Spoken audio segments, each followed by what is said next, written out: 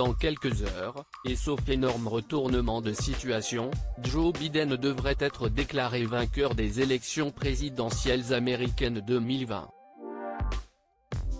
Le monde entier se pliera alors cette décision et se préparera à l'entrée en fonction du 46e président des États-Unis, en janvier prochain.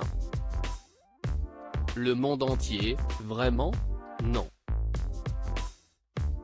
Donald Trump a, quant à lui, décidé qu'il contesterait, coûte que coûte, les résultats de ces élections qu'il considère comme truquées par le clan Biden.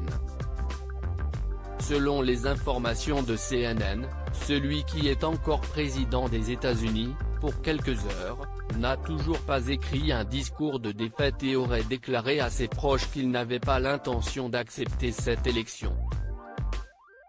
Par ailleurs, l'idée qu'il refuse, tout simplement, de quitter la Maison-Blanche prend de plus en plus de poids, ces dernières heures. Andrew Blake, porte-parole de Joe Biden, a fait, en tout cas, savoir qu'il n'hésiterait pas à faire appel à la sécurité pour sortir Donald Trump de force. Le gouvernement américain est parfaitement capable d'écorter les intrus hors de la Maison-Blanche, a-t-il déclaré.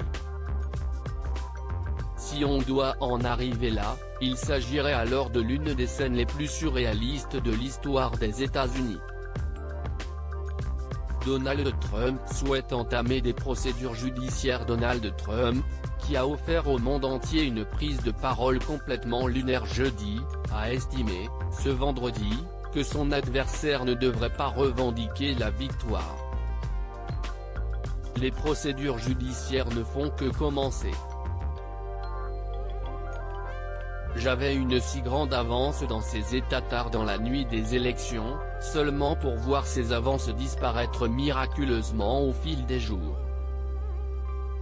Peut-être que ces avances reviendront au fur et à mesure que nos procédures judiciaires avancent, a tweeté l'ancien président des États-Unis.